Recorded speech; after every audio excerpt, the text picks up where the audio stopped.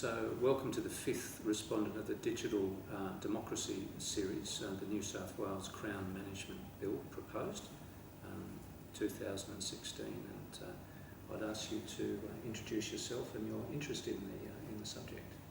Well, I'm Kay Williams, and I've had a long-standing interest in the history and heritage of Gosford, particularly because my background is as a teacher and a school psychologist. And I think that being able to represent that history to the community now and into the future is quite a significant responsibility of councils. Indeed. So I know that you have a good deal of granular knowledge, I think it's fair to say, around the old Gosford City, or now Central Coast Council.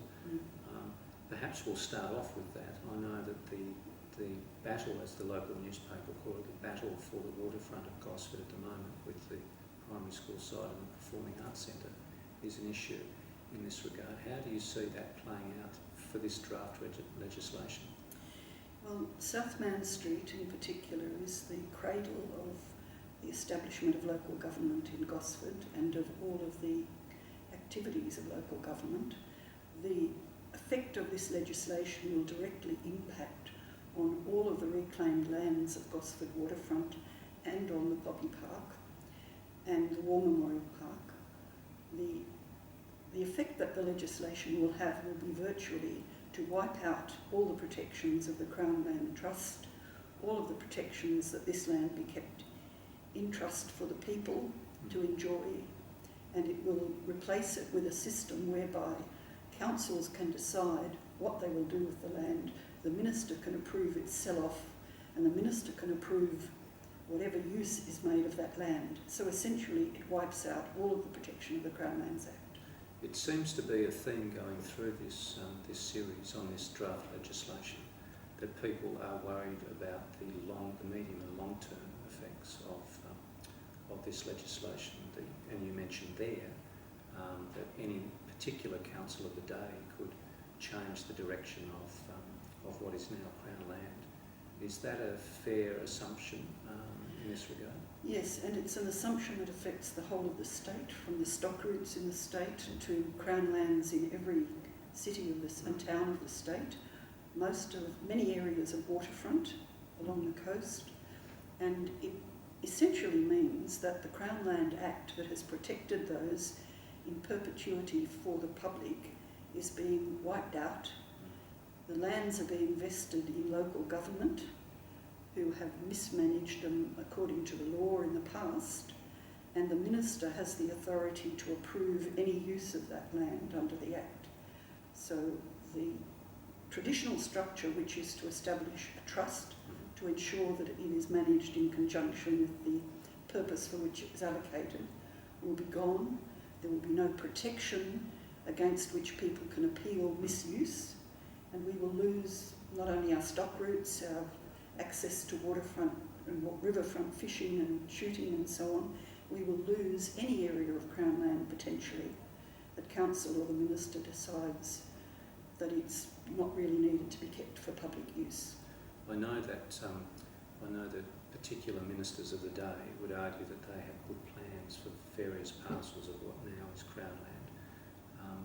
Though it's come up that legislation, of course, moves into the future and may represent risks in future governments.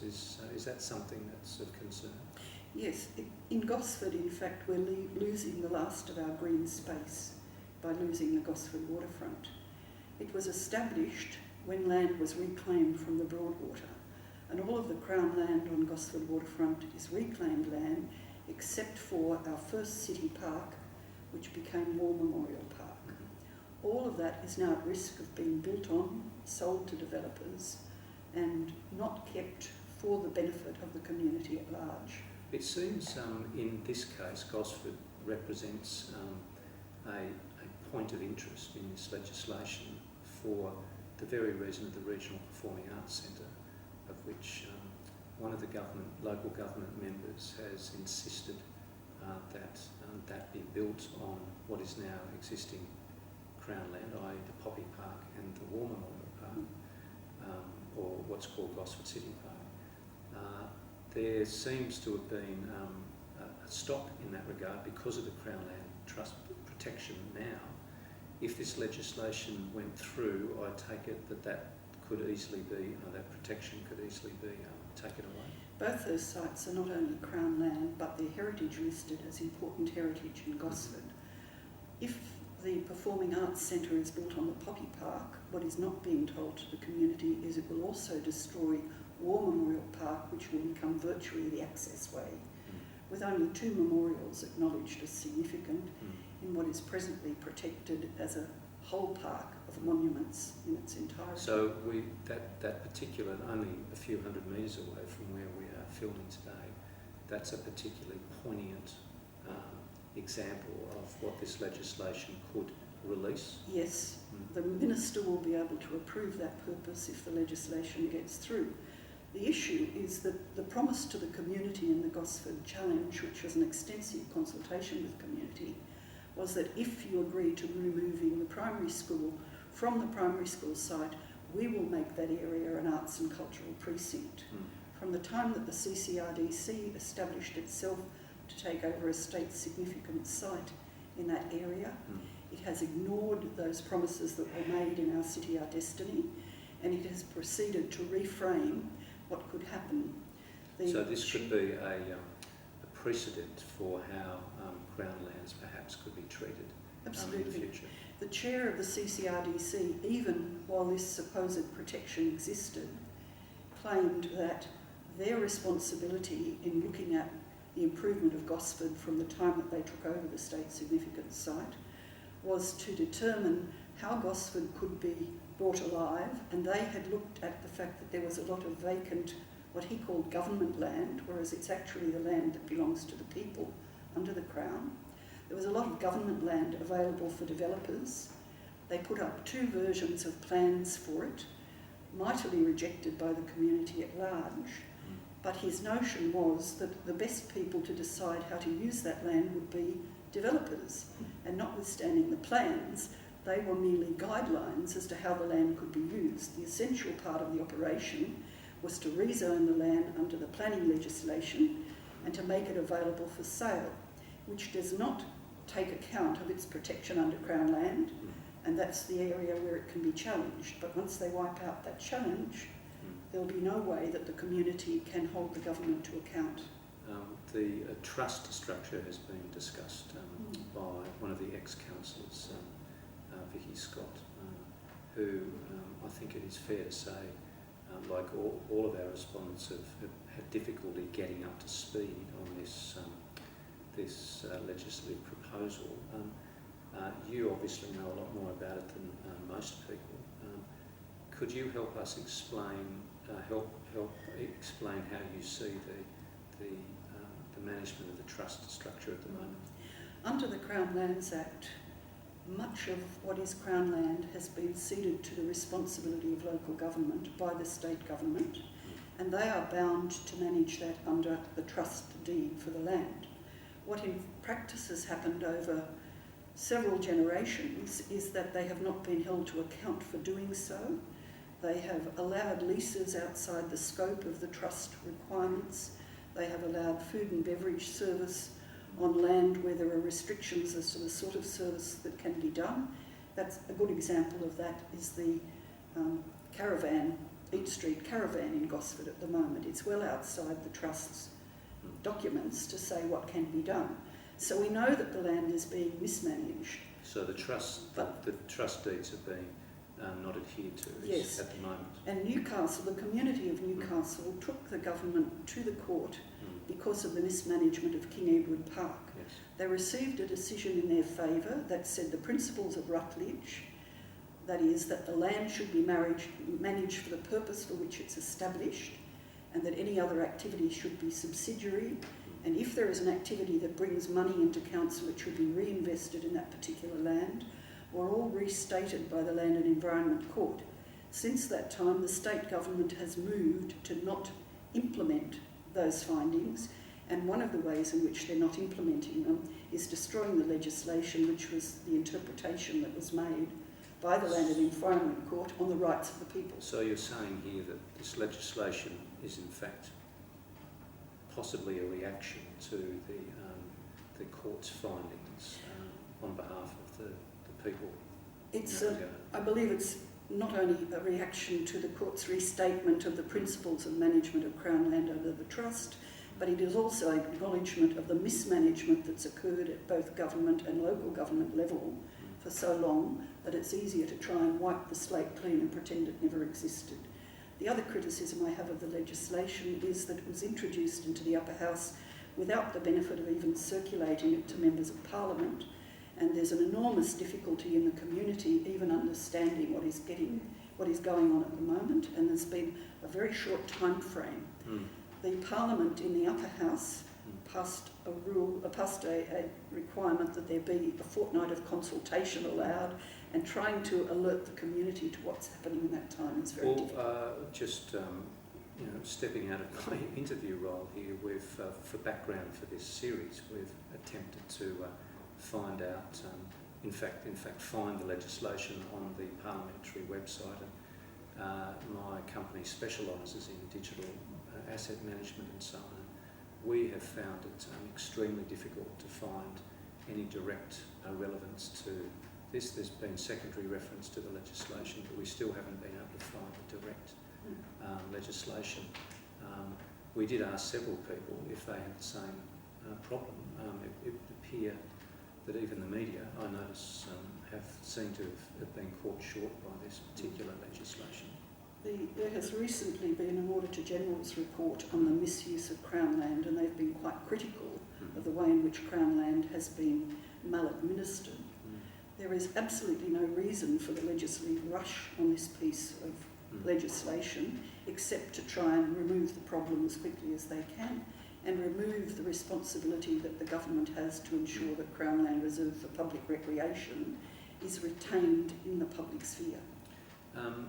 This particular now LGA of Central Coast has a lot of waterways and presumably a higher than average ratio of Crown land associated with the shoreline.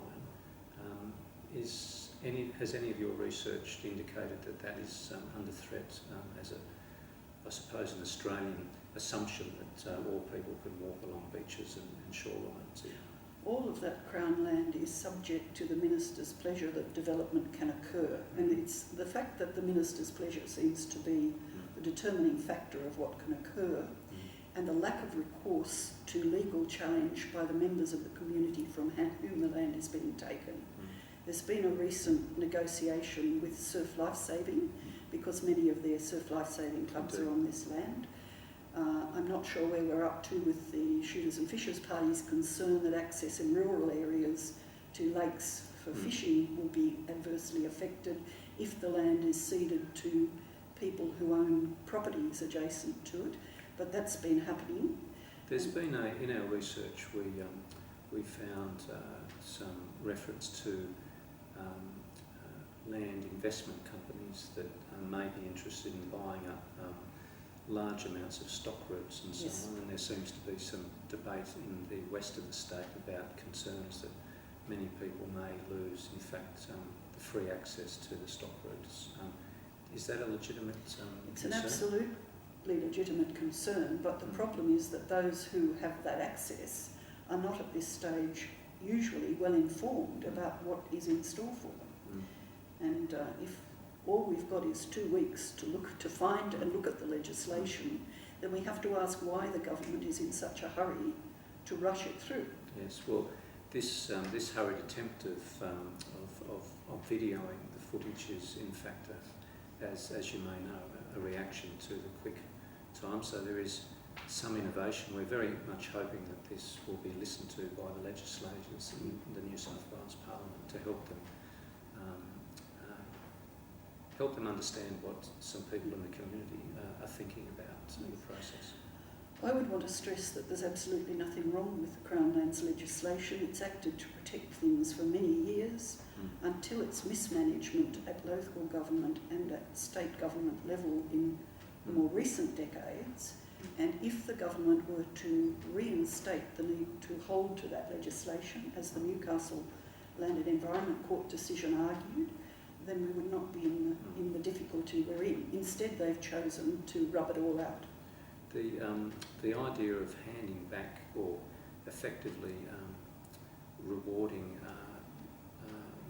maladministration and making that easier rather than more accountable seems to be a contradiction in the legislation and the reports, the Auditor General's and the Upper House inquiry.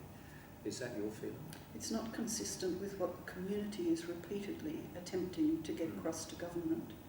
I think it's salutary to see that Graham Inchley, when head of the CCRDC, talking about the role on Gosford waterfront, almost all of which land is Crown Land Reserve for public recreation, said our job in looking at what we could do to enliven Gosford was to identify this unused land, which was not an accurate statement, and to make it available to developers. So what we're talking about is whole-scale availability of space to developers instead of serving its original purpose. So that was a state government corporation, as I understand, That's right. who saw their role to sell or develop various bits of land around the Central Coast. Yes, the King Edward Park decision determined that Crown land had to meet its primary purpose. In Gosford, the Minister for Planning decided, and that primary purpose of the Crown Lands Act was superior to all other legislation. For Planning decided that in Gosford he could introduce a one-day set to rezone all of that land. The test to be made by the community against the trust is that rezoning does not take precedence over the proper purpose of the land, whereas the state government was attempting to argue that rezoning would allow its selling off for development. Yes.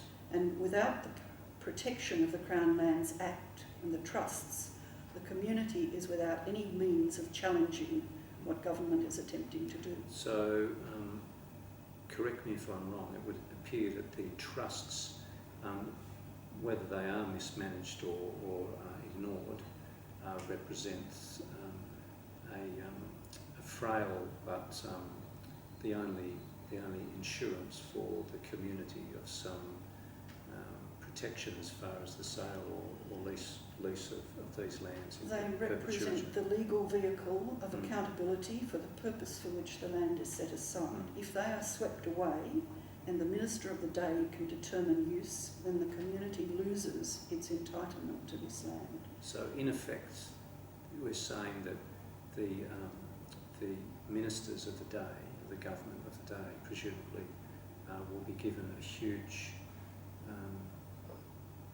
amount of more power to control the destinies of up to 40% or so of the state of New South Wales. That's right. And as an instance of that, the recent decision to abolish greyhound racing meant that I think it was 7 major greyhound racing parks, which are Crown land, was suddenly put back in the hands of the Premier and Ministers.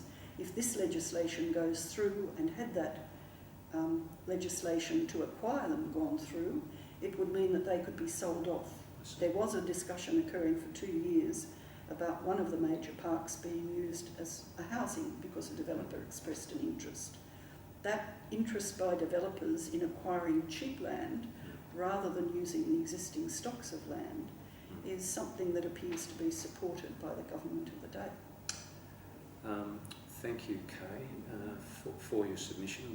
We're doing best. We hope that everybody's learning something from it. I certainly am from these various submissions, and we'll collate them together and chuff them off to the people that hopefully will learn a little bit from them. We have another submission for the day, so thank you Thanks for very coming. much for allowing the community to learn about what's happening. Okay, thank you.